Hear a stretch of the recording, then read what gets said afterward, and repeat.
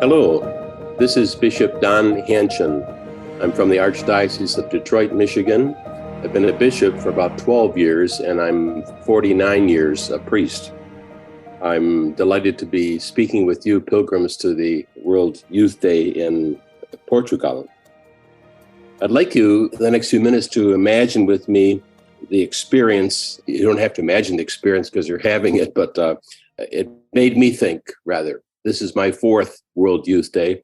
Getting ready to go to Portugal made me think of my earliest experience of being a minority.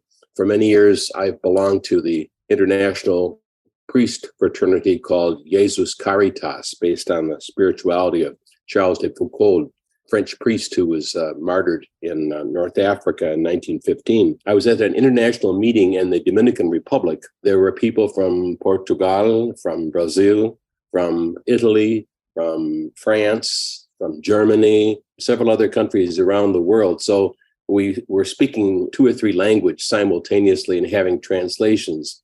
And as confusing as it seemed at first, I was just marveling at the fact that we were able to communicate.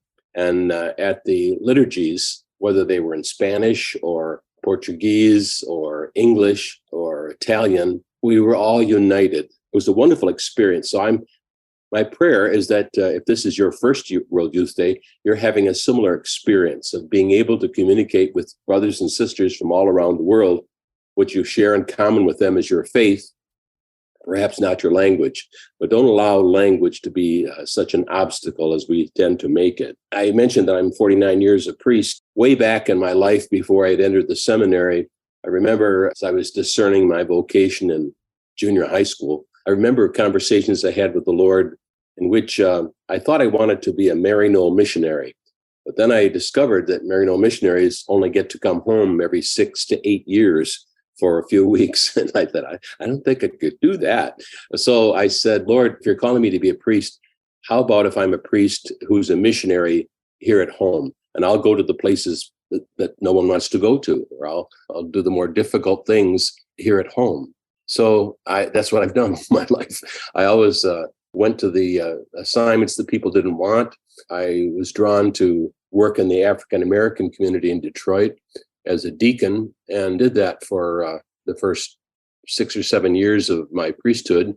And then I was asked one day if I would consider going to study Spanish so that I could come back to Detroit and work among the Spanish-speaking. So I said, sure. And I had up to a year. So I went to Mexico and went to a language school in Cuernavaca, Morelos, and came back home and studied in Texas for a while. And eventually I was assigned to a Spanish-speaking parish. And I have been in Hispanic ministry, as you might say, ever since. It was only supposed to be for 3 to 5 years, but it's been about 35. I live now, recently retired. I'm emeritus, so I don't have to do administration, but I do confirmations. And I live in the Hispanic community of Detroit, Southwest Detroit. To be a minority is to be comfortable being the one who's not like everyone else. I've been the minority in the Black community. I've been the minority in the Spanish-speaking community. And the Spanish has enabled me to travel in Spain, in Argentina, in Colombia, in the Dominican Republic, many places around the world where Spanish was the common language. I've even been able to go to Peru several times and direct a priest's retreat for the diocese. So it's been a wonderful gateway, communicate across barriers. As I said before, this is my 4th time at World Youth Day. I've been to the World Youth Day in Mexico, in Panama, in Krakow. It's given me the experience in some ways of being an immigrant. I work with an immigrant community, and many of the people, perhaps 20 to 25% of the people that I minister with are undocumented. They don't have all the papers, that official permissions and so forth. Many of them are the children of people who are undocumented. So they were born in the United States. They're not documented. And so they've experienced, some of them, the benefits of programs under President Obama that allowed them to stay and study. So I'd like you to think, in giving your experience of being immigrants to Portugal, to think of yourself as an immigrant, to think as you hear and see so many different things and take them in. I want you to cast your glance forward and think, how will this affect me back home? What will be different when I return to home? How will it maybe change my attitude towards people who are different than I am? Because we're surrounded by people who are not the same. Don't know about you, but the community I live in, North American white male, is not very prominent in my neighborhood. I remember when I was asked to study Spanish, I said, I would be happy to do that because I'm at ease being the minority. And the bishop laughed and said, well, that's good. It's been a wonderful way to think that I have a passport, if you will, into any neighborhood. Sadly, Detroit, even at this late age, is one of the most segregated of North American cities. There are white neighborhoods, there are Black neighborhoods. You can go from parish to parish and experience this change. Years ago, when I was working as director of vocations, I would go to various parishes talking about vocations. And I went to a parish north of Detroit. I was the only one there who had daily contact with African Americans, almost like I had a passport to go to this white community. I was pleased that my faith has given me the freedom to move easily from one group to another group. And so that's one of the graces, I think, of World Youth Day. As you know, I'm sure from history, World Youth Day started with John Paul II. And St. John Paul had this gift of communicating with young people, young adults.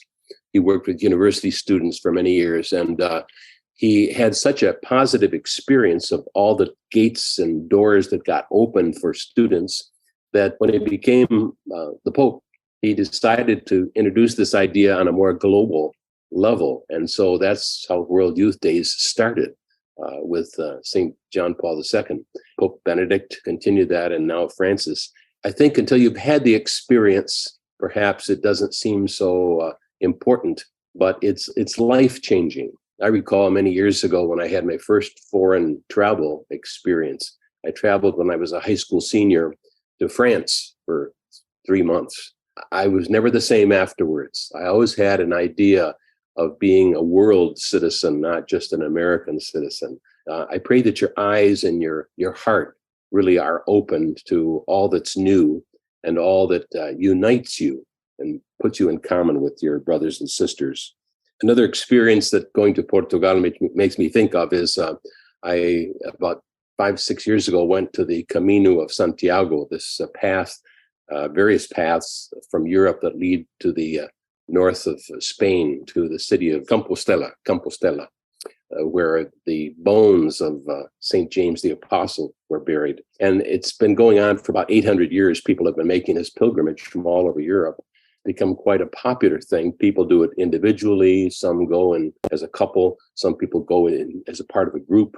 We were part of a group of seminarians and priests who did this together. In any case, people who were on the way, on the Camino, when they pass somebody, instead of saying hi, they'll say, buen camino, have a good way. And so all of us pilgrims, I can see them years later, and I'll see them at a meeting go, buen camino. And we smile because it links us together. So I'm wishing for you buen camino in Portugal. The only word I know in Portuguese is obrigado, much obliged, good to meet you, and so forth.